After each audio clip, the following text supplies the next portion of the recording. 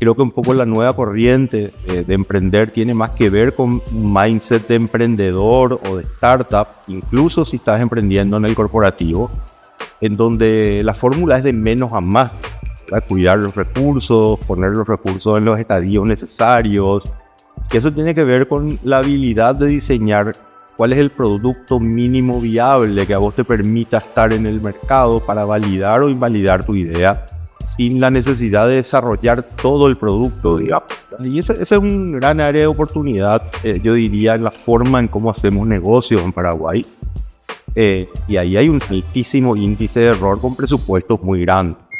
Hola, soy Andrés Silva y me apasiona aprender. En este podcast busco acercarte a los aprendizajes de personas a las que admiro, porque creo que el aprendizaje es el recurso con el que cuenta la inteligencia humana para adaptarnos a un mundo que nosotros mismos estamos cambiando a una velocidad que no tiene precedente.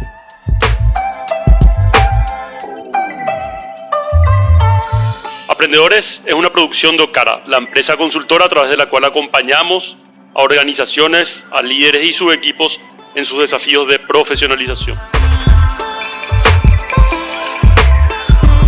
Aprendedores es presentado por Perfecta, importador oficial de BMW en Paraguay, porque el propósito de Perfecta es contribuir a la plenitud de las personas a través de experiencias memorables. Hola, con esta entrevista arrancamos un nuevo ciclo de aprendedores, el segundo ciclo de esto que arrancó como un experimento y que hoy se convierte en un espacio en donde podemos disfrutar y compartir de aprendizajes de personas a las que yo particularmente admiro y que están haciendo aportes significativos en la sociedad. Este año en la estructura voy a arrancar inicialmente con una reflexión que quiero plantearles ahora y después vamos a ir a la entrevista con el invitado, así que en cada capítulo voy a ir planteando estos aprendizajes que en lo particular suceden en el auto, que se ha convertido para mí en un momento para ir construyendo aprendizaje. Hoy creo que con las herramientas que nos da la tecnología, el podcast se ha convertido, por lo menos en mi caso, en un compañero fiel.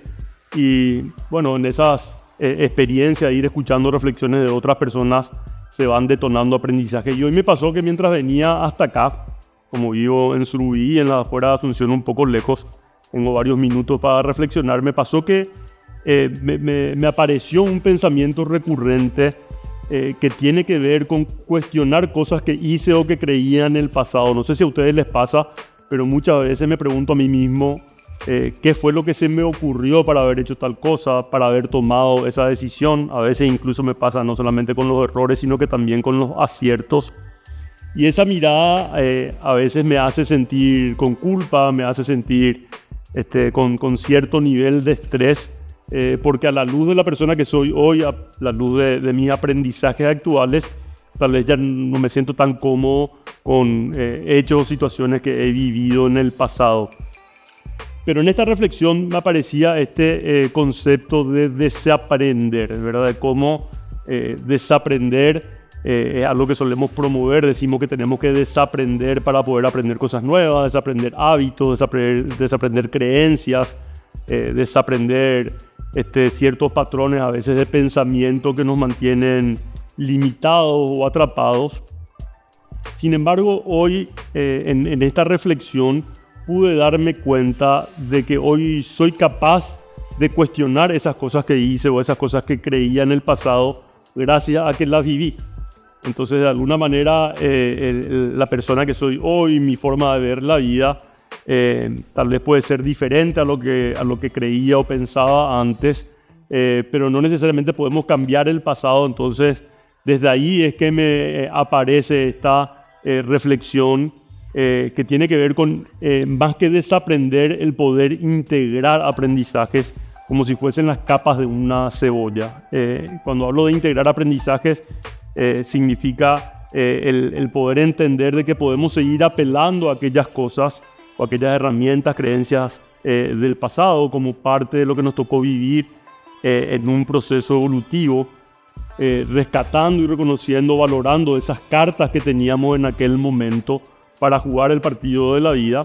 Y bueno, hoy tal vez tenemos más cartas, hoy tal vez son otras, pero aunque podemos sentirnos incómodos con cosas que hicimos, aunque podemos cuestionar esas cosas que creíamos o pensábamos, el hecho de darnos hoy cuenta de eso es justamente, creo yo, un síntoma de que estamos aprendiendo, de que estamos evolucionando. Así que hoy quiero invitarles a eso, a pensar más desde una perspectiva integradora de cómo podemos integrar aquellos aprendizajes que hemos vivido, honrarlos, reconocerlos, aunque los cuestionemos, más que esta lógica de desaprender, que creo yo que a veces lleva a desechar elementos, herramientas o pensamientos que fueron útiles en algún momento de nuestra vida. Así que bueno, esta era la reflexión que quería compartirles hoy antes de arrancar esta imperdible entrevista que vamos a hacer con Rodrigo Weiberlen.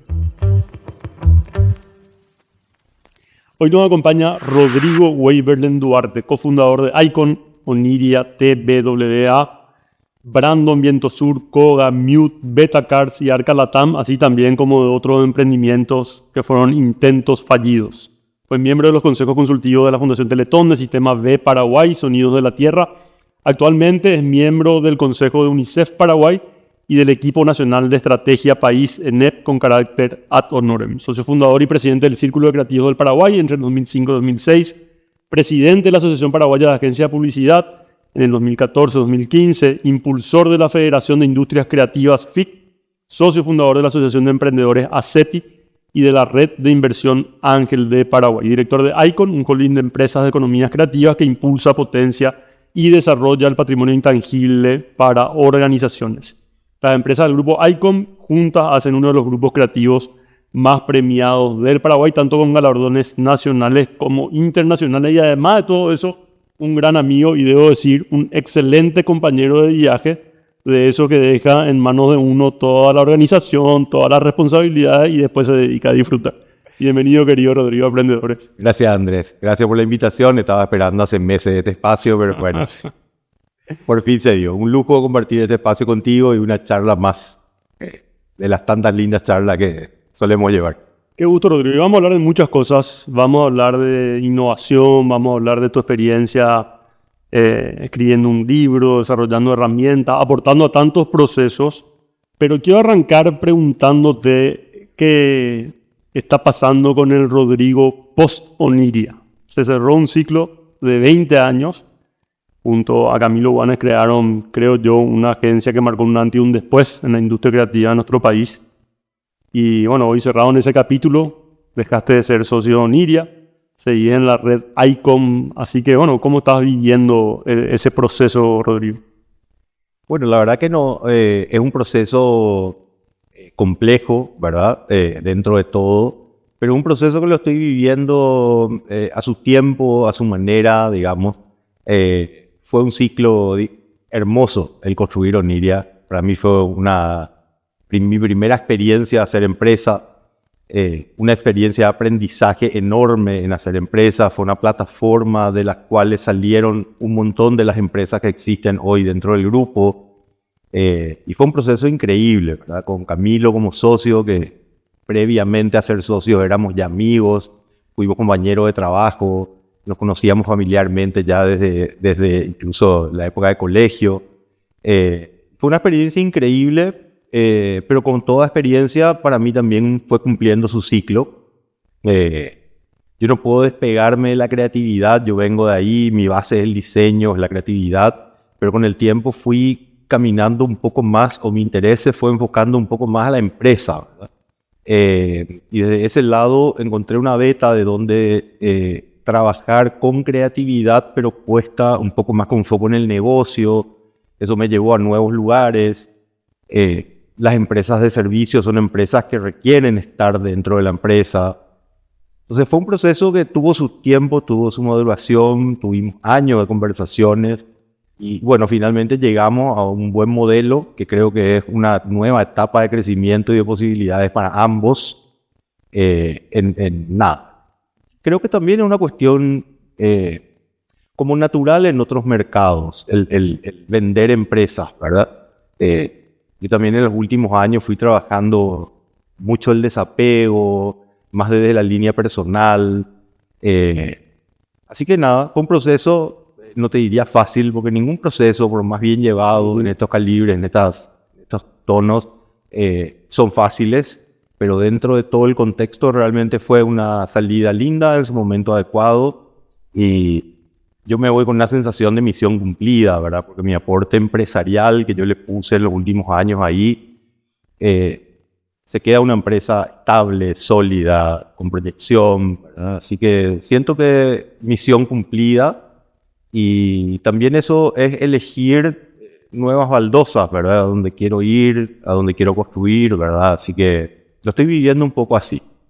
Rodrigo, ¿y qué aprendizajes, qué insights podrías plantearnos en relación a cómo vivir saludablemente un proceso de separación de estas características que, como vos decís, tiene sus bemoles, tiene su complejidad, está la parte personal, la parte de desapego, están los números, están los acuerdos que hay que construir? ¿Qué podés rescatar ahora ya mirando un poco para atrás sobre lo que fue este proceso?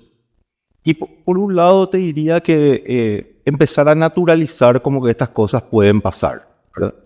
Creo que en muchos aspectos de la vida, no solo lo empresarial, el para toda la vida, digamos, es una palabra muy difícil de llevarla a la práctica, digamos. En otros mercados estos procesos son mucho más naturales y ágiles.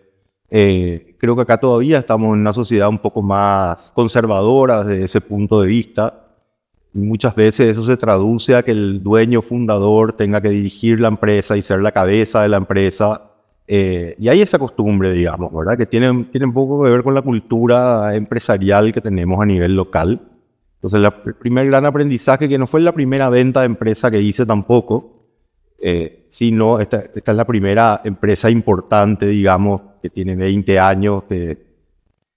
Pero nada, como el primer aprendizaje yo te diría naturalizar como un proceso entendible, el proceso de cierres de capítulos, de ventas de empresas, de moverte de rubros, como una cuestión que no es tan, digamos, traumática o no debería ser, ¿verdad? Eso, ¿verdad? Es como para mí el gran aprendizaje de esto. ¿Qué pasa el día después, cuando uno ya tiene firmado lo que firmó? Bajar una mochila importante, se destraban un montón de cuestiones. Creo que se abre energéticamente la cuestión hacia nuevas miradas, nuevas oportunidades. Realmente, desde el momento que yo tomé la decisión, hice el clic y cerramos esto, realmente se abrieron un montón de oportunidades y cosas que yo quería hacerlas y que tal vez dentro del contexto estaba, digamos, amoldándome a una situación de status quo, y que hoy es como que ya no tengo, digamos, excusas, por lo menos para no hacerlo, ¿verdad? Y esa es una sensación de libertad muy linda, ¿eh? Es una sensación de libertad muy interesante. Rodrigo, sin duda construiste grandes éxitos. Nilla es la agencia más premiada, creo que 13 veces de forma consecutiva como la agencia, la mejor agencia del país, con premios internacionales, Cannes, Brandon, Viento Sur, Coda, Mute, Betacard. Pero por otro lado, decís también en tu presentación que tuviste varios intentos fallidos. ¿Cuál es alguno que te venga a la mente, algún fracaso que pueda compartir en términos de aprendizaje y todo lo que podemos rescatar de los emprendedores seriales como vos, que bueno, gracias a esos, si llamarle fracaso o a esos procesos tal vez no tan exitosos, también permiten un proceso de crecimiento? Y bueno, mira, yo la verdad que casi no veo como fracaso, sino lo veo como estadio, porque incluso los proyectos que podemos considerar como fracasos, sin dudas traen aprendizaje para nuevos proyectos y nuevas cuestiones. Creo que también desde el lugar que yo tomé de emprender un poco serialmente, porque esa es el área que me apasiona en la vida, armar nuevos proyectos, nuevas unidades de negocio, uno tiene que desarrollar, digamos, una tolerancia importante al fracaso, digamos, ¿verdad? Desde una cuestión estadística, 3 de cada 10 emprendimientos logran pasar la curva de los 3 primeros años. En el emprendimiento hay un alto índice de posibilidad de fracaso, ¿verdad? Entonces, nada, estos proyectos siempre fueron, por más de que empresarialmente lo lograron sostenerse, trajeron mucho aprendizaje para nuevas cosas. Yo no puedo, siempre repito esto y menciono 2 proyectos. Un proyecto fue Ejempla. Ejempla fue un medio independiente en algún momento, un medio digital que abrimos con un grupo de colegas, socios, amigos, fundadores. Se sostuvo durante 2 o 3 años.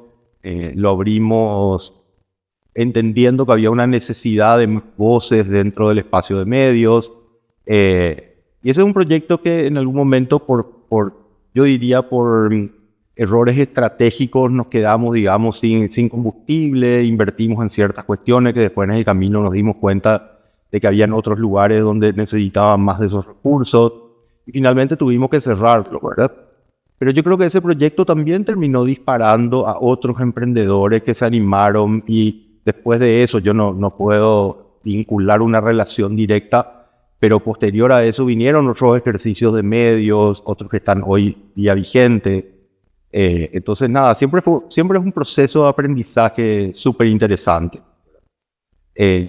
Y el otro que siempre menciono, un mentor, amigo, referente, que siempre, digamos, estuvo para darnos algún consejo y hasta ahora seguimos siempre muy de cerca colaborando, nos invita a a sacar una marca de calzado que se llamó Guata.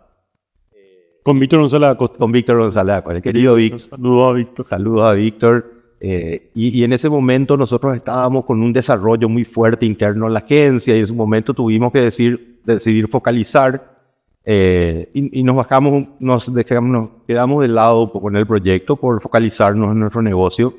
Nada, siempre digo que es un negocio interesantísimo, pasó 10 años, hasta ahora llegan pedidos de compra del producto y es como una idea que me quedó tanto con calzados, ¿no? Calzados, con diseño. Nosotros ahí lo que hacíamos era asociar con grupos que estaban en la industria y nosotros aportábamos todo lo que era el valor de lo intangible, ¿verdad? Entonces era crear un producto con un valor agregado desde la creatividad, desde la marca, desde la comunicación. Entonces esos son dos proyectos que yo como sigo pensando, hubiese sido buena idea quedarse un poco más, digamos, ¿verdad?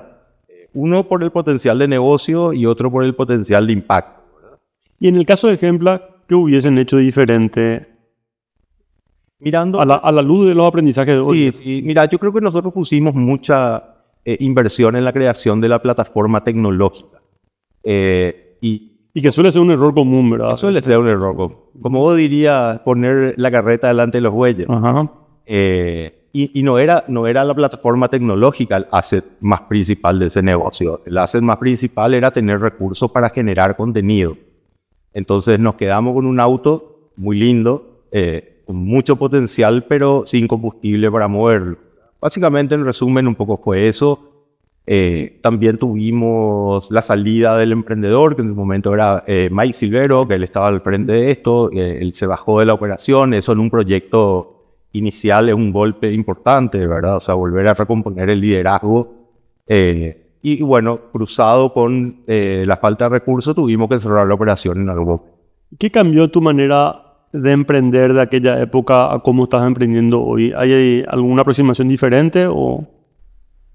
Yo creo que lo más fuerte que aparece en esa línea es un poco el concepto de prototipado rápido y la creación de productos mínimos viables.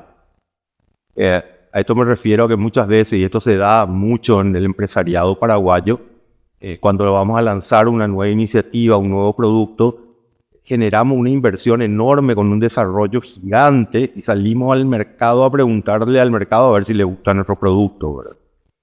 Creo que un poco la nueva corriente de emprender tiene más que ver con un mindset de emprendedor o de startup, incluso si estás emprendiendo en el corporativo, en donde la fórmula es de menos a más, ¿verdad? Cuidar los recursos, poner los recursos en los estadios necesarios. Y eso tiene que ver con la habilidad de diseñar cuál es el producto mínimo viable que a vos te permita estar en el mercado para validar o invalidar tu idea, sin la necesidad de desarrollar todo el producto, digamos. Y ese es un gran área de oportunidad, yo diría, en la forma en cómo hacemos negocios en Paraguay. Y ahí hay un altísimo índice de error con presupuestos muy grandes. Entonces, ese sería como el gran aprendizaje de esto, que es emprender con el tamaño correcto, en el tiempo correcto, entendiendo los estadios del emprendimiento, sabiendo dar pasos al costado cuando estos estadios del emprendimiento llegan a un nivel donde ya no necesitan del fundador, sino que necesitan de un director ejecutivo 24/7.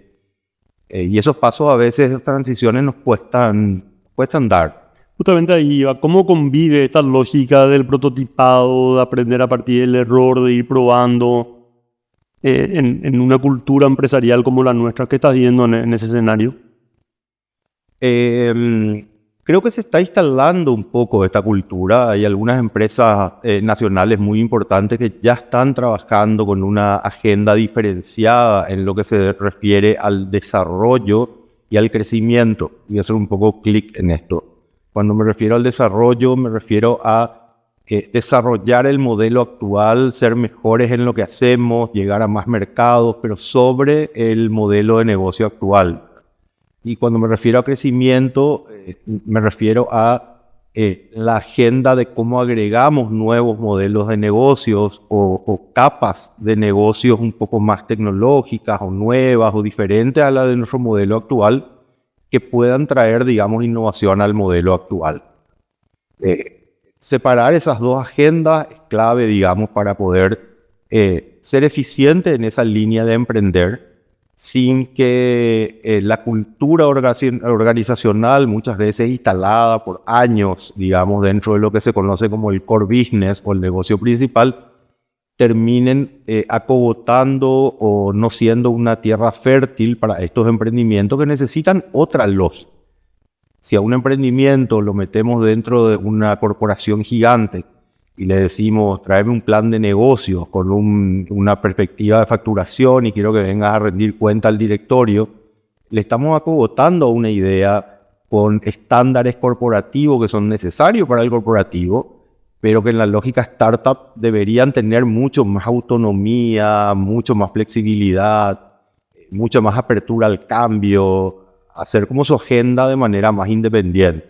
Podemos decir que el core business a veces no es un terreno fértil para la innovación y el emprendimiento. Total, y mucho menos si hablamos de un core business no evolucionado, donde tradicional, conservador, donde todas las decisiones están centralizadas en un socio fundador que al mismo tiempo es el gerente de la propia operación, donde la cultura se construye desde una cuestión verticalista, todo lo que es innovación, digamos, de alguna manera cuesta que suba a los niveles de más arriba, siempre se espera que el dueño, jefe, sea el que baje la última palabra, ¿verdad? Entonces eso genera un cuello de botella en la toma de decisiones y resta autonomía. Y eso funciona muy bien a veces para el core business, porque el core es un negocio consolidado que tal vez necesita una cuestión más vertical para funcionar, pero en el edge eso termina siendo tremendamente dañino a veces para esto. ¿Podrías explicar qué es el edge para la gente que nos escucha, que no está familiarizada con el concepto? El edge es un concepto que se refiere al borde en inglés, y un poco cuando se habla de innovación se habla del edge porque la innovación y las tendencias y todo lo que son las nuevas corrientes, tanto tecnológicas, culturales, normalmente nacen desde los laterales o las fronteras, no nacen dentro del core, digamos. Hay más tendencia, digamos, a que esto nazca desde las culturas perimetrales, desde los laterales. Hay menos anticuerpos ahí. Hay menos anticuerpos y hay más cancha abierta, digamos, y desde ahí es donde viene la disrupción, ¿verdad? Por algo el Bitcoin no vino de la mano del sector financiero, vino de gente de afuera. La electrificación y el crecimiento de la electrificación de vehículos también vino de outsiders. Porque son jugadores que entran a la cancha de alguna manera un poco más libres, digamos, y no están comprometidos con un negocio actual que lo tienen que sostener, porque tienen funcionarios, estado de resultados, rendir a la bolsa, y eso termina siendo, digamos, toda una estructura que no te permite cambiar de modelo de negocio tan ágilmente o moverte entre modelos de negocio. Ahora, con este concepto de la innovación, Rodrigo, entiendo yo, una cosa es hablar de innovación en un contexto como el de San Francisco, Silicon Valley, etcétera. Nos tocó estar ahí haciendo talleres junto con gente de Google, con empresas muy evolucionadas que tienen condiciones, recursos, tecnología para eso. Pero ¿de qué hablamos cuando hablamos de innovación en un contexto como el nuestro? ¿Podría ofrecernos alguna reflexión sobre qué significa innovar en un país como el nuestro? Yo creo que esa es una muy buena reflexión, ¿verdad? En primera instancia, yo reforzaría de que el concepto de innovación tiene que ser aplicado y bajado o hablado desde el contexto de donde se habla. No es lo mismo, como decís, hablar de innovación en Silicon Valley, San Francisco, Israel, donde la conversación está en otra, porque el ecosistema de emprendimiento está en otra. los inversores están en otro estadio, digamos. Cuando esa conversación la traemos a Paraguay, estamos muy lejos de tener esa conversación en la realidad y en la práctica. Tal vez pensar en innovación en Paraguay es pensar en que funcionen las instituciones, que funcione la base, que funcione las reglas de juego. Estamos en un estadio, yo diría, mucho más atrás, pero eso nos saca que se deba hablar también de innovación siendo conscientes del contexto de donde estamos hablando, ni tampoco saca que haya grandes aprendizajes dentro de esos ecosistemas grandes de innovación que puedan ser aplicados al mercado local. Muchas cosas no, pero hay muchas cosas que sí, por supuesto, con una traducción y una adaptación y una aplicación al mercado, creo que nos puede traer mucho aprendizaje porque la innovación más fácil no es la que inventás, sino es la que compras, digamos. Y Paraguay tiene una gran ventaja en ese sentido, para mirarle el lado positivo a vivir como 10 años en delay. La innovación ya está pasando hoy en otros mercados y hay cosas que podemos traerlas a nuestro mercado simplemente sin tener que desarrollar nuevas tecnologías con nuevas fórmulas. Casi más un proceso adaptativo. Casi más un proceso adaptativo y de copia, digamos, y de adaptar tecnologías afuera o traerlas directamente, ¿verdad? Y si tuvieras que dar algunos ejemplos de proyectos que han logrado generar innovaciones acá en nuestro contexto, en lo que ya te haya tocado no participar, ¿qué ejemplos podrías darnos? Nosotros venimos acompañando a algunas empresas hace un tiempo, creo que hay Cuando decís nosotros es desde Mute. Desde la consultora, sí, este tema de innovación de negocios y modelos de negocio lo llevo desde la consultora, donde trabajo con un equipo chiquito de gente, pero muy, muy profesional, y desde donde acompañamos a empresas bajo el concepto de moldear organizaciones más aptas para el futuro. Y nos tocó acompañarle, bueno, un proceso que me gustó mucho fue el proceso que le ayudamos a Sergio Mura, que es el fundador de Move, hace un par de años, donde le ayudamos a armar el producto mínimo viable más pertinente para poder entrar al mercado. Fue un proceso súper lindo. Sergio es un gran emprendedor, tenía un lindo equipo también. Y ese me parece que fue un proyecto de alguna manera que en su momento se lanzó un poco al ruedo digital, y a construir un poco esto con muchas agallas, digamos, ante la competencia de grandes plataformas globales, ¿verdad? Ese es un proyecto que me gustó mucho. Yo también... Entiendo que ahí justamente en vez de desarrollar toda una plataforma con grandes inversiones, lo que hicieron fue partir ir de menos a más, ¿verdad? Con la herramienta. Sí, ahí, bueno, con ayuda de algunos amigos, bueno, Santi Campos también, amigo en común, nos recomendó un proveedor que te generaba unas símil aplicaciones no tan desarrolladas, pero que te permitían tener en poco tiempo una aplicación económica y de prototipo. También les ayudamos a armar un mercado un poco más específico, porque teníamos, 5 autos en ese momento, y si agarrábamos a Asunción, el pedido del auto iba a estar del otro lado de la ciudad, entonces acotamos una zona geográfica, enfocamos a clientes ahí, y ahí le ayudamos a diseñar cómo iba a ser el punto de partida, ¿verdad? Que bueno, ese punto de partida les permitió poner un pie en el mercado, facturar, pero más que facturar, en realidad comenzar a validar el producto con la gente en la calle. Así que ese fue un poco el proceso que hicimos con Move. Tenemos algunas lindas experiencias con Perfecta, que venimos también acompañándolos hace ya un buen tiempo. Ahí creamos una plataforma digital que es una concesionaria, digamos, de autos, de compra-venta de autos digitales. Les ayudamos a armar un taller, que es un taller premium multimarcas, y que son todas unidades que se fueron armando de alguna manera desde el potencial interno que había en el core business, y que a través de ese potencial interno se fueron potenciando nuevas unidades que hoy son empresas del grupo, digamos. ¿Qué más, digamos? Creo que hay muchos ejemplos si abrimos, digamos, de emprendedores. Creo que también yendo un poco al campo de lo social, lo que hizo en su momento Po Paraguay, fueron innovaciones que mezclaron tecnologías de nuevas formas de producir.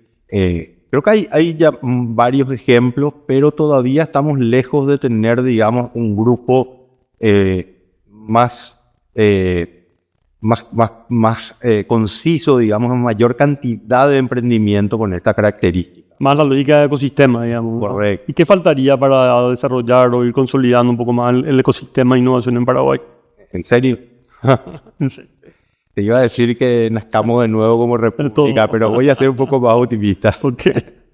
No, creo que un poco de todo, Andrés. Creo que es un trabajo muy sistémico. Yo lo que vi en los viajes y en toda la incursión que hicimos en California, con toda esta corriente donde nos formamos, nos dimos cuenta que es una cuestión sistémica, ¿verdad? Que no se puede abordar simplemente desde un actor del sector privado, porque esto involucra academia, esto involucra el Estado, esto involucra empresas privadas. Esto realmente, cuando uno ve esos ecosistemas más desarrollados, hay una articulación muy fuerte entre sectores, digamos, ¿verdad? Y creo que eso es necesario para realmente conformar un ecosistema que... No sé si coincidí, pero también creo que estamos muy atrapados en los ecosistemas, ¿verdad? También. Si pensamos en esta industria, no sé, un ejemplo que suelo dar es el ejemplo de la gastronomía en Perú. O sea, la gastronomía en Perú se desarrolla y se posiciona como una de las principales referentes en el mundo gracias a esta lógica de actores como Gastón Ascurio y otros de empezar a pensar en el ecosistema y dejar la lógica de que solamente podemos competir, ¿verdad? Correcto. Eso también es muy, muy importante, eso que decís, porque la colaboración, la innovación tiene muchísimo que ver con la colaboración. Tiene muchísimo que ver con la inteligencia colectiva. Y la inteligencia colectiva se activa en el momento que uno puede, digamos, abordar desafíos y soluciones con distintos actores de distintas miradas, ¿verdad? Y creo que en ese estadio también estamos todavía un poco verdes como sociedad, donde todavía somos muy protectores de nuestros números, de la colaboración. Partimos un poco desde la desconfianza cuando vamos a abrir o hablar un proyecto. Entonces es un tema que toca varias aristas, ¿verdad? Y que tiene que ver, yo creo que un poco con la cultura local conservadora, ¿verdad? Creo que pasaría un poco por ahí, lo veo como un tema muy sistémico. ¿Y el rol de los inversores ángeles, cómo es eso en nuestro país? ¿Hay ya más capital dispuesto a arriesgar en este tipo de emprendimiento o todavía estamos muy verdes también en ese tema? No, creo que hay iniciativas, creo que la red de inversores ángeles, si bien no lleva grandes inversiones realizadas, que se esté hablando de eso, que haya un grupo de 20 personas dispuestas a invertir.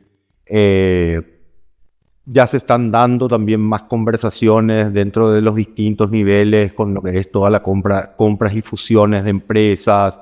Creo que de alguna manera estamos entrando a ese estadio, ¿verdad? Estamos entrando, pero creo que estamos dando los primeros pasos todavía, Andrés. Creo que el inversor paraguayo es un inversor que busca retorno, y cuando hablamos de inversión ángel, es una inversión de lo que se conoce como inversión de riesgo, donde vos podés multiplicar por 10 tu inversión, pero podés multiplicar por 0. Entonces son inversiones de riesgo que mi lectura es que todavía, digamos, no hay un gran caudal de inversores en la práctica invirtiendo en inversión de riesgo. ¿Qué falta para que se desarrolle el primer unicornio paraguayo? ¿Es factible o no? Sí, yo creo que es factible. No tenemos las condiciones como para competir, pero tampoco diría que es imposible que pase, ¿verdad? No diría que es imposible que pase, porque hoy creo que están más democratizadas las oportunidades. Y eso tal vez es favorable. Hoy hay empresas paraguayas que están vendiendo servicios al extranjero, empresas de gente joven. Hay un caso muy interesante de un emprendimiento que desarrolló los llamadores de botones y que se fue de Paraguay, y se fue creo que Centroamérica, y ahora está en Estados Unidos, le está yendo re bien. Entonces hay proyectos que están ganando escala. Yo creo que todavía hoy yo no vi algo que pueda verse o sentirse con la capacidad de ser un unicornio, que es una empresa evaluada en $1 billón. No veo hoy todavía nada que asome la cabeza, pero eso no resta que pueda pasar. Siento que hay mucha gente con ganas, gente cada vez más arriesgada, gente un grupo de gente que se animó a cruzar las fronteras también, a pensar en emprender desde Paraguay, pero mirando al mundo como mercado. y creo que va a ser un proceso de aprendizaje. Varios tendrán que fallar por el camino hasta que creo que el que lo logre va a abrir el paso para que más se animen, digamos, a pensar bajo esas lógicas. Rodrigo, te dedicaste hace algunos años a sintetizar mucho de tus aprendizajes en un libro que se llama Emprende Mejor. Contanos un poco tu experiencia sobre el poder, lo que significa escribir un libro y poner eso a consideración del público. Bueno, voy a partir diciéndote que a mí siempre me gustó mucho compartir el conocimiento, ¿verdad? Primero que nada, yo tuve la suerte de recibir, y siempre cuento esto, muy genuinamente conocimiento de muchos mentores a lo largo de mi vida. Gente muy valiosa, muy apreciada y que me han compartido en el momento que yo necesité muy genuinamente su conocimiento, su experiencia. Y eso me enseñó a mí de alguna manera también. Y no sé, yo siempre sentí que tenía que devolver lo mismo que yo recibí, ¿verdad?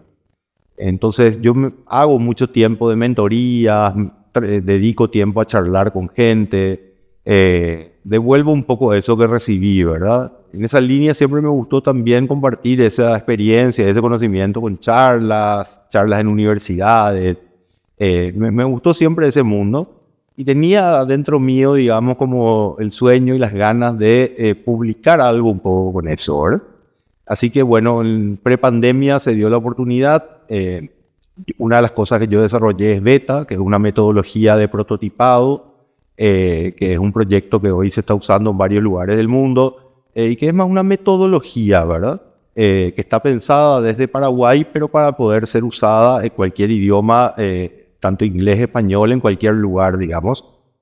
Y ahí nos dimos cuenta de que el material le vendría muy bien a esa herramienta, tener un libro que narre la herramienta en sí, pero un poco con más casos, con más historias, como más extenso, ¿verdad? Entonces ahí se dio la oportunidad de escribir el libro Emprende Mejor, que tiene que ver con emprendimiento y con emprender más eficientemente, y habla un poco de todo esto que estamos redondeando en la charla. Y fue para mí un proceso maravilloso, ¿verdad? Yo venía muy acostumbrado del mundo de la publicidad a lo efímero, a lo rápido, a trabajar meses en una campaña de comunicación que estaba al aire 2 semanas y después se iba y después nadie se acordaba, salvo que haya sido un hito histórico, ¿verdad? Pero que son contados con los dedos. Y con la experiencia del libro fue totalmente distinta, ¿verdad? Fue trabajar casi 1 año y medio, a la sombra, digamos. Me tocó en pandemia, pero se dio la oportunidad de que me haga un pequeño estudio donde me dediqué horas de la semana con un equipo muy profesional que, bueno, también los conoces. Que me acompañó en mi libro también. Sí. La gente de esa cosa, le mandamos un saludo a Walter, Juancho y a todos. Muy lindo equipo, muy profesional. Yo no me iba a arriesgar a publicar un libro sino en asistencia profesional, porque ese no es mi campo, no es mi mundo. Yo tenía el conocimiento, pero es un gran desafío aterrizar eso de manera cómoda, legible, entendible, y realmente yo me quedé muy contento con el trabajo con ellos. Sobre todo que no teníamos ChatGPT a disposición en ese momento. No existía, no nos pueden acusar de eso. Nos pueden acusar de eso. Entonces fue un proceso largo de 1 año y medio, y cuando lanzo el libro, yo como que esperaba ese wow, digamos, de la publicidad, digamos. Y es todo lo contrario, digamos, porque es una cuestión que tiene otra lógica desde el momento que una persona compra o baja el libro hasta que lo lee. Entonces, ahí comencé a ver otro ciclo, digamos, de movimiento en eso. Y bueno, es muy lindo porque pasa que viene gente que no le conoces y te dicen, che, vos escribiste este libro, mira, yo lo leí, me ayudó en mi emprendimiento. Y esa es una paga emocional muy fuerte para un proyecto como un libro, que no es un proyecto económico, bueno, vos sabés, digamos, una gran inversión, sí. Y que bueno, no está pensado, digamos, de la lógica de cuántos libros va a vender, digamos, sino desde mi intención estaba más pensado en a cuánta gente le puede ayudar estas ideas que me sirvieron a mí, ¿verdad? Y eso es muy lindo, ¿verdad? Encontrarse con gente desconocida. Me pasa con mi hijo, digamos, que entendés, che, papá, me fui a la librería a ver si había tu libro y el que estaba en la librería leyó, me dijo que es muy bueno, ¿verdad? Y eso, ya está, me pagó el aguinaldo de 3 años. Rodrigo, ¿y Betacards en qué estadio está ahora? ¿En qué etapa está en su desarrollo y evolución? Bueno, Betacards tuvo todo un periodo inicial que estuvo con mucho foco en el desarrollo de la herramienta. Bueno, justamente con Okara tuvimos la oportunidad de probar el primer prototipo de herramienta dentro de... Mismo conejillo de India. Conejillo de India. Sí. Pero salió bien, ¿eh? Sí, claro. Salió un lindo conejillo. Bueno, ahí probamos en la versión 1.0. Beta tuvo casi 2 años de creación de producto, de ponerle mucha cabeza a la metodología, a los contenidos, de cómo iba a ser, de cómo iban a ser las reglas de juego, cómo iba a ser el entregable. Y esos fueron 2 años de inversión. Yo no te diría tanto monetaria, si bien requirió una inversión para llevar a cabo, fue mucho más inversión intelectual de un equipo de gente poniéndole mucha cabeza a la metodología. Después vino, digamos, una etapa, yo te diría, de market fit factor, o sea, de entender si el producto calzaba con el mercado. Y para eso encaramos toda una etapa de sembrado de herramientas en universidades. Y bueno, y así se validaron, digamos, en escuelas de África, se validó en Europa, se validó en Estados Unidos, se validó en Centroamérica. Y esa fue inversión también de mandar herramientas, de prestar herramientas, pero el retorno fue buenísimo, ¿verdad? Y hoy con Beta estamos en una etapa ya donde el producto está listo y hoy estamos más en una etapa comercial donde Cris Sosa se sumó al proyecto y está liderando con otra energía muy interesante. Cris viene con una experiencia de ACEPI, de crear comunidades. Entonces hoy estamos, justo la semana pasada cerramos 3 nuevos mercados.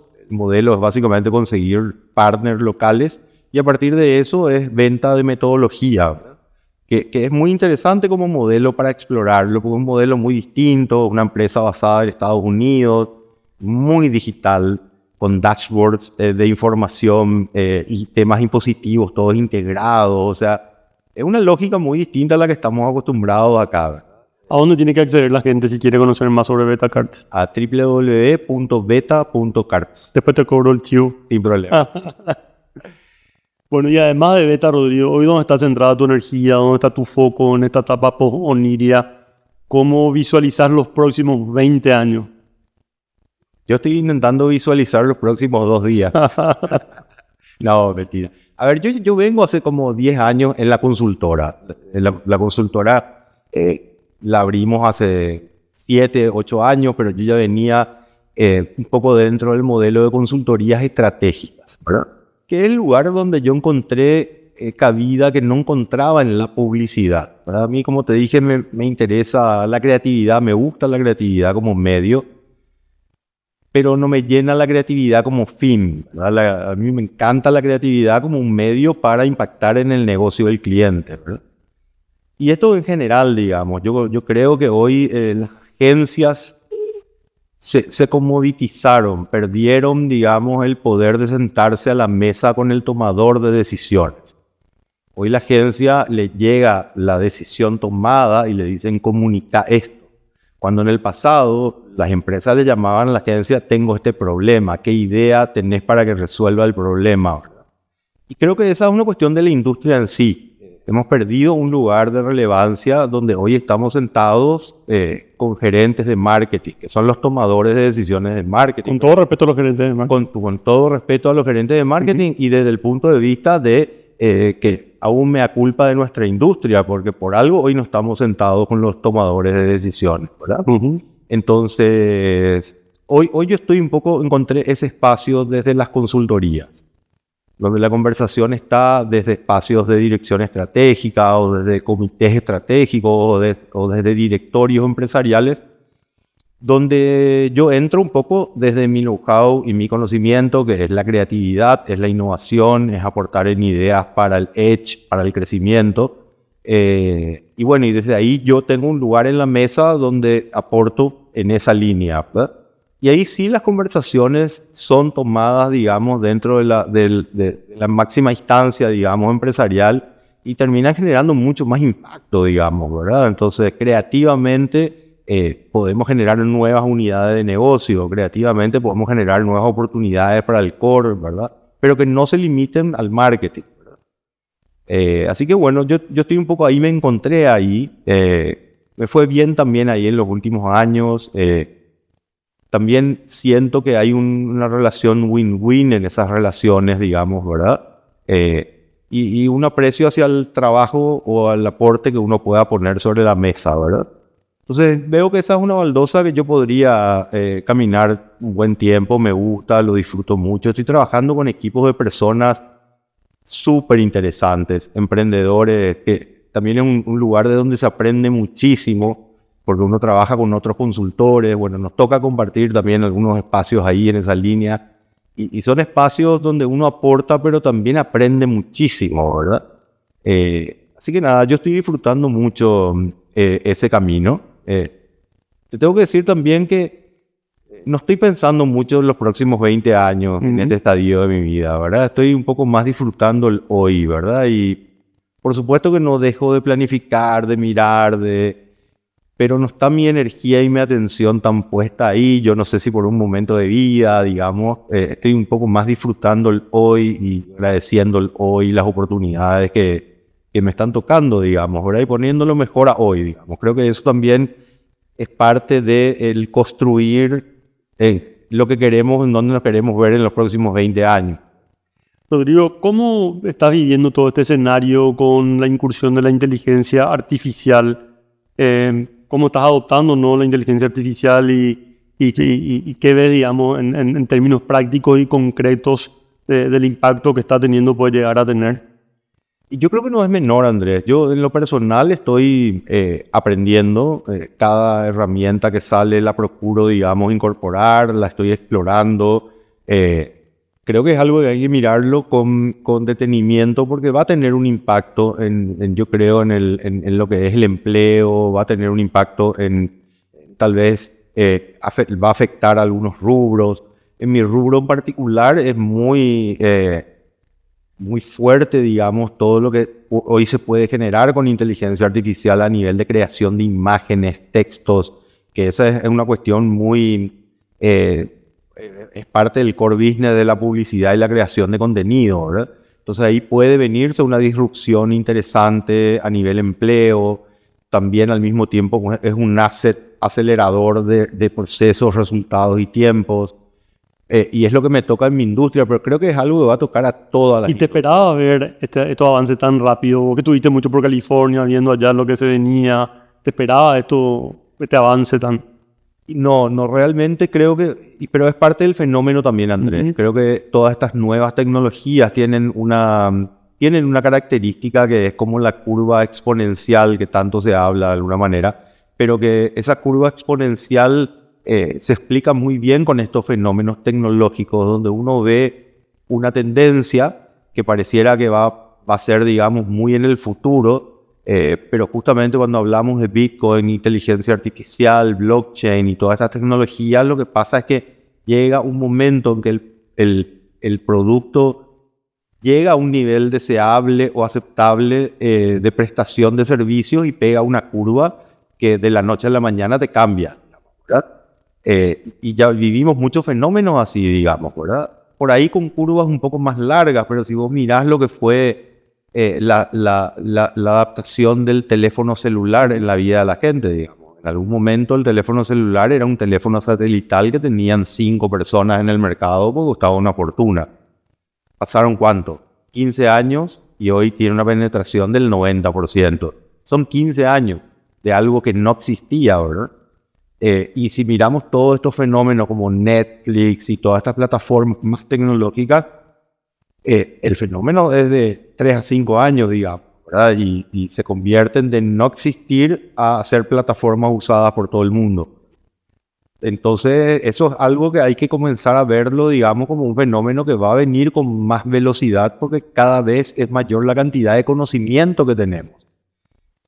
A hoy deberíamos pensar en, ¿qué pasaría cuando se junte la inteligencia artificial con el blockchain y con la impresión digital? Porque son 3 tecnologías que están creciendo y si se juntan va a aparecer algo que probablemente ni nos imaginamos hoy en día.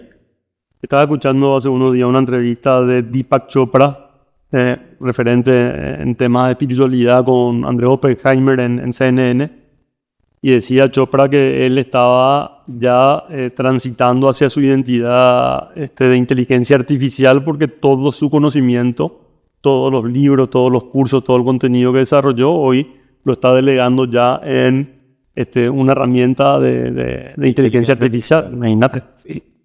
Sí, el impacto va a ser grande, Andrés. Y por ahí, desde Paraguay, nos vemos con más cegueras ese tipo de cosas, ¿verdad? Y eso, bueno, nos puede impactar más fuerte después. ¿Y qué estás usando y qué estás poniendo en práctica o qué recomendarías? Yo la verdad que estoy incursionando con procesadores de texto, procesadores de imágenes, pero estoy muy en un proceso de aprendizaje. Mis equipos de trabajo sí están usando más, digamos, ya en la práctica full, digamos. Yo estoy aprendiendo con ellos, ¿verdad? Para no quedarme afuera. Que ya no somos un early adopter. No, de tecnologías muy emergentes ya. Ya cuesta un poco más a esta altura de la vida. No quería decirlo, pero bueno. Rodrigo, otra gran faceta en tu desarrollo profesional dentro de las muchas que desarrollaste tiene que ver con el tema del marketing político. Okay. Participaste de campañas que terminaron con presidentes de la República electo. ¿Qué puedes decirnos de esa etapa, de esa dimensión y los aprendizajes que se desarrollan en un mundo tal vez tan distinto al de la innovación, la creatividad? Para mí, fue una experiencia que a mí me gustó vivirla. No es fácil el marketing político. Y compartimos mucho ahí, Andrés, un poco la mirada de hasta qué punto y hasta dónde meternos en lo público y en lo político. Yo no me veo en el mundo público político, yo, Rodrigo. Pero con eso no puedo desconocer de que la política es importante. Y me gusta la política desde ese lugar, ¿verdad? Entendiendo que desde ahí se diseñan finalmente, digamos, un montón de cosas que nos terminan impactando, digamos, como personas, ¿verdad? Entonces, desde ese lado, y mucho también desde el lado profesional también, Andrés, porque, a ver, nosotros somos comunicadores y somos profesionales, y muchas veces nos han juzgado por haber tomado campañas políticas, cuando yo no sé si le juzgan de la misma manera al arquitecto que le hizo la casa al candidato, digamos, ¿verdad? O al médico que le cura, o al abogado que le defienda, ¿verdad? Pero pareciera que el marquetero tiene la culpa, digamos, de ganar o de perder ese tipo de cuestiones. Pero yo siempre me metí muy profesionalmente al tema, ¿verdad? Como un profesional de la comunicación y del marketing. No me da el estómago para decirte que trabajaría para cualquiera. Había algo yo diría, de mirada personal desde mi intención política a la hora de elegir a quién ayudarle o no. Tal vez no reconociendo de que era lo mejor, sino que yo creía que era lo mejor para ese momento. Entonces siempre hubo esa condición, ¿verdad? Y en el marketing político, a diferencia del marketing tradicional, es mucho más filoso. Uno en el marketing puede intentar conquistar 20% del market share, pero si conquistaste 18, igual celebramos. Acá llegaste con un voto menos y perdiste, digamos. Es como es blanco o negro. Y eso lo vuelve a la comunicación mucho más estratégica, mucho más compleja, y que ese es el campo que a mí me gusta, la estrategia, digamos, un poco más esa parte como más dura de conversión y de resultados, ¿verdad? Entonces eso me atrajo mucho siempre y bueno, me tocó participar de varias campañas políticas, algunas exitosas, otras no, como en el emprendimiento. Y algunas, bueno, llegamos a ganar elecciones, subieron presidentes, otras no. A través de la política, a mí también, como vengo de la publicidad y la creatividad, a mí me gusta siempre observar, digamos, parte de mi rubro tiene que ver con la observación del fenómeno humano, ¿verdad? Y ahí es como que siempre me atrajo conocer personajes, sin juicio de valor, digamos. Finalmente son personajes que hacen historia, ¿verdad? Entonces entrar un poco como observador a casas de personajes o personas, digamos, que resultaron después ser, digamos, muy importantes para la República, para bien o para mal, pero entender cómo vivían, cómo se relacionaban, cuál era su contexto. ¿Alguna anécdota que nos puedas regalar? No puedo. Cerrado, eso no. Hacemos un capítulo aparte. Un capítulo aparte. No. A ver, conocí mucha gente, me tocó una anécdota. Estaba en medio de una campaña política y me dicen, che, hay un viaje mañana, tenemos que ir a Uruguay, tenemos una cita con Pepe Mujica. Y bueno, nos fuimos a Uruguay y tuve la posibilidad de sentarme con Pepe Mujica toda una tarde, a hablar de escucharlo, digamos, más que hablar. Y eso fue un lujo, digamos, ¿verdad? O sea, tener una tarde escuchando más allá de vuelta, sin juicio de valor de nuestras creencias, de nuestros juicios, prejuicios.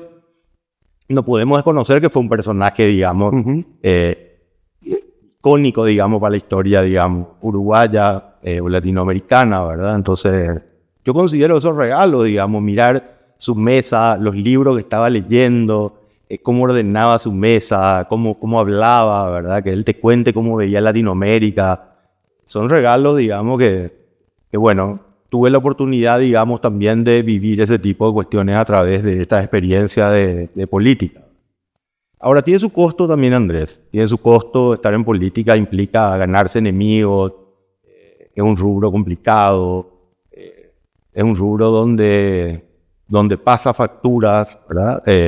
Nosotros hemos tenido también una serie de ataques, digamos, de algunos sectores. Y hay que poner en el presupuesto convivir con eso, digamos, ¿verdad? O sea, cuando uno es una persona pública, digamos, uno está, digamos, en su baldosa profesional, uno no está preparado, digamos, para recibir embates, cuestiones así. Y bueno, eso es parte también del presupuesto que hay que como ponerlo, porque eso te expone a una baldosa mucho más pública, ¿verdad?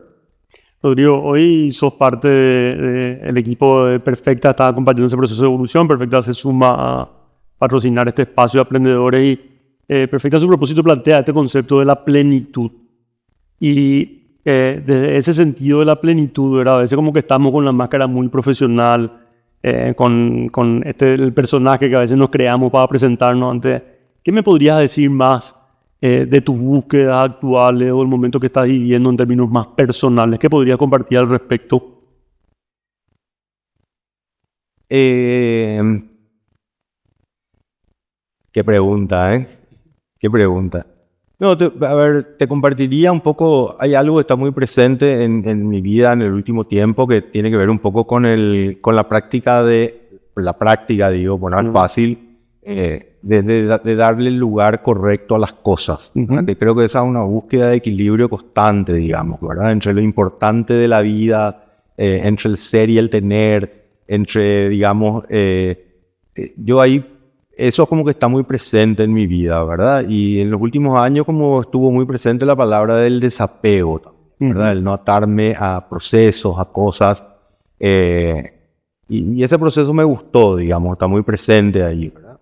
¿Desarrollas alguna práctica que tenga que ver con, no sé, experiencias de desarrollo personal, etcétera? O practiqué, o sea, es como, yo soy explorador por naturaleza, entonces, a ver, a mí me atrae muchísimo y he aprendido muchísimo en cuestiones de desarrollo personal. Yo no soy de mantener o agarrar una costumbre por toda la vida, soy más de entrar y salir. Entonces, sí, probé muchísimas cosas. Bueno, para mí, equipazgo fue, digamos, o sea, para comenzar también un conejillo de India. Desde las primeras versiones de equipazgo, donde ahí yo comencé a ver los primeros conceptos, digamos, de desarrollo personal, y esas puertas me llevaron a otros profesionales y a otros procesos. Entonces, yo soy muy abierto a probar ese tipo de cuestiones. Tengo que hacer un trabajo también de apagar un poco mis juicios y mis prejuicios en ciertas cuestiones que salen un poco de lo conocido. Pero para mí fue un proceso súper enriquecedor, digamos, todo lo que yo descubrí, digamos, ahí. Desde el acompañamiento de coaches, desde el acompañamiento de mentores, desde conocer herramientas para el desarrollo personal, desde acompañamiento de psicólogos. Para mí eso es como una red, ¿verdad? De enriquecimiento, de conocimiento, ¿verdad? Y para mí fue fantástico entrar a ese mundo. Saqué tremendos aprendizajes y cada tanto, digamos, de alguna manera voy como incorporando y sosteniendo ese tipo de cuestiones. Pero no soy del hábito de decir, che, practico yoga todos los días o medito todos los días, sino que es más on demand, digamos, ¿verdad? Pero me sirve, lo valoro muchísimo, agradezco haberme encontrado. En parte nos encontramos juntos en ese camino, ¿verdad? Yo creo que allá, por el 96 más o menos, no estoy delatando acá nuestra juventud madura. Pero creo que en ese viaje allá en Encarnación, a lo de Viquito, ¿verdad? O sea, con ese grupo de gente, con Avina, creo que esos fueron puntos neurálgicos de conexión, ¿verdad? Con un montón de cosas en esa línea que para mí fueron tremendamente valiosas. Rodrigo, una de las tantas cosas que compartimos que ambos somos padres de 4X. ¿Qué significa para vos la paternidad hoy? ¿Cómo estás viviendo tu paternidad? Y te digo esto porque creo que es importante que reflexionemos sobre eso, sobre todo que venimos tal vez de una educación más tradicional. Bueno, y el desafío es lo que implica ser padre y educar hijos en un mundo como el de hoy. Y en un país como el de hoy. Y en un país como el de hoy. Sí, a ver, para mí es como para mí ese es el gran proyecto de vida, ¿verdad? Yo, si me hablas para mí, mi relación con mi hijo es increíble, ¿verdad? Yo disfruto muchísimo de estar con ellos. Tenemos una relación, yo te diría, de amistad con mucho respeto, ¿verdad? O sea, en casa yo con mis hijos, sobre todo los más grandes, Bruno está por cumplir 20, Emma hoy cumple 16, para que vea lo importante de Andrés. Este espacio. Hoy Emma cumple 16, Eric tiene 11 y Anita tiene 10, ¿verdad? Entonces están en distintos niveles, distintos momentos, ¿verdad? Pero con mis hijos mayores nosotros tenemos una relación de conversación súper abierta sobre todos los temas. A mí me sorprende lo diferente de esa relación, digamos, que hoy tengo con mis hijos, con lo que fue la relación de mis padres, pero sin juzgar a mis padres, ¿verdad? Porque yo también entiendo que mis padres fueron criados con una cultura distinta. Y yo también hice mucho trabajo no sé si es correcta la palabra, pero aplica, de desaprender cosas que yo traía desde mi carga cultural, desde mi educación, desde a diseñar cómo yo quería que sea la relación con mis hijos, ¿verdad? Parte de mi familia, digamos, de parte de papá, son todos descendientes alemanes, digamos, entonces son así súper secos, y mi bisabuela... Un saludo a tu padre, nos hizo un asado delicioso hace unos días en San Bernardino, disfrutamos un espacio increíble con él. Riquísimo asado siempre. Alguien tiene que cocinar bien en la familia. Tiene que ser un buen asado. Sí, no, papá es espectacular. Esa rama de la familia tenía sus formas. Mi bisabuela, para decir te quiero, te cocinaba una pasta frola, ¿verdad? Pero yo no me acuerdo de una relación de un abrazo, un beso, ¿verdad? Era como más frío, más europeo de ese lado. Y eso era algo que yo no quería tener con mis hijos, digamos. Yo con Bruno, él tiene 20, tiene barba, alto como yo, digamos, pues nosotros nos vemos, nos damos un abrazo, él viene, me da un beso. O sea, es muy, muy cariñosa la relación, a su vez muy honesta. Y nada, yo disfruto mucho de los espacios con ellos, ¿verdad? Para mí, como una cuestión ahí que siempre está muy presente, es un poco el equilibrio entre el trabajo y el tiempo con ellos. Por eso procuro, más que cantidad de tiempo, sí tener calidad de tiempo en conversaciones, en las relaciones. Entonces, nada, yo disfruto muchísimo de la vida con mis hijos, de ver cómo están creciendo, de cómo se están desarrollando. Y después otra cosa que también pienso mucho y que está muy presente ahí es en cómo no darles una vida toda resuelta, digamos, ¿verdad? Que también creo que es una clave ahí de encontrar cierto equilibrio, porque las familias, digamos, van creciendo, digamos, van mejorando sus condiciones de vida, sus posibilidades. Probablemente nuestros abuelos viajaron una vez en su vida a Buenos Aires, nuestros padres ya llegaron a viajar 2 veces a lugares más lejanos. Hoy en día a nosotros nos toca viajar porque se facilitó el viaje, digamos. Y bueno, porque vos, Andrés, viajás como loco. Mi cara dura. Entonces, nada, pienso mucho en eso, ¿verdad? En qué es lo importante que les tendría que dejar. Pienso mucho en eso. La otra vez nos cagábamos de risa porque le digo, chicos, bueno, yo quiero que ustedes sean pobres, le digo, pero con todas las herramientas. Así que no esperen nada de mi parte, más que herramientas, cariño, muchos abrazos. Y nos cagamos de risa, digamos, de ese tipo de situaciones. Pero es algo que está muy presente. Porque es bueno que se expongan, ¿verdad? Que se expongan a la vida. Creo que eso también contribuye a la madurez, a su desarrollo, a sentirse valiosos. Y no tener todo el camino tan allanado, ¿verdad? Yo creo que el contexto en ese sentido juega un rol central en su desarrollo. Sí, y hay algo en el emprendimiento también que tiene que ver con el hambre y las ganas y la necesidad, digamos, ¿verdad? Que creo que de alguna manera también condiciona el tener todo, digamos, acomodado de alguna manera. Yo los noto como que, o sea, yo cuando estaba en la edad de ellos, yo tenía 18 y estaba mandando currículum y qué voy a hacer, digamos, ¿verdad? Es como, che, comenzó la vida, ¿verdad? Y hoy yo hablo con Bruno, ¿verdad? Y le digo, che, Bruno, ¿cómo está la cadena de la bici? Le digo, ¿verdad? Porque le digo, che, no engrana la cadena. Le digo, y me dice, mira, papá, yo voy a tener toda mi vida para ser adulto. Quiero disfrutar de mi juventud. ¿Y qué le voy a decir? Le digo, mira, yo haría lo mismo. Cambiamos de tema. Rodrigo, si tuvieras que mirarle a ese Rodrigo que arrancó diseñando con su partner Camilo hace algunos años, cuando estaban dando los primeros pasos tan desafiantes de Oniria, ¿qué diría ese Rodrigo de esa etapa al verle a Rodrigo Waverland de hoy?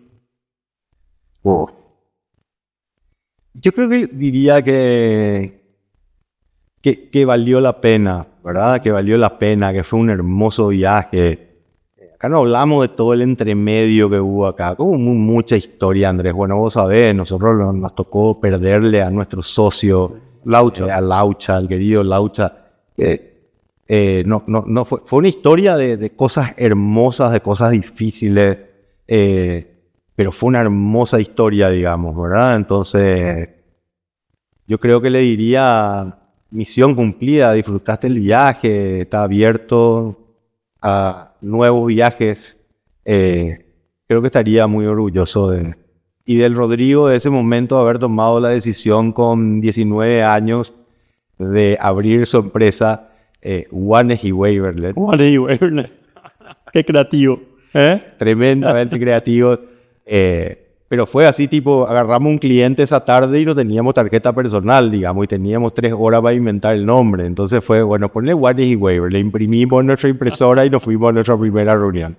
Y ese tipo de cosas no tienen precio, Andrés, ¿verdad? O sea, y son experiencias que, a diferencia de las cosas, mira, 20 años después te estoy contando esto y me estoy riendo de esa experiencia, y esos son motores energéticos que son parte de la vida que nadie te saca. Nadie te saca y te siguen generando felicidad cada vez que te acordás, digamos, en todo el resto de tu vida, digamos, ¿verdad? Entonces, yo creo que lo más valioso que yo llevé, digamos, ahí es lo que yo llevo adentro, la historia, los sentimientos.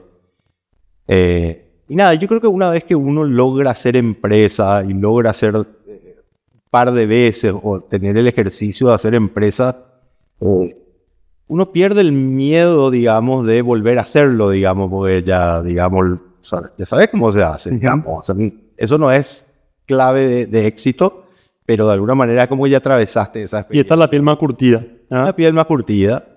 Y sí. Rodrigo, antes de que llegues, yo arrancaba con un monólogo, una suerte de reflexión que voy a compartir al iniciar cada uno de estos espacios, donde justamente hablaba de la diferencia entre desaprender e integrar aprendizaje.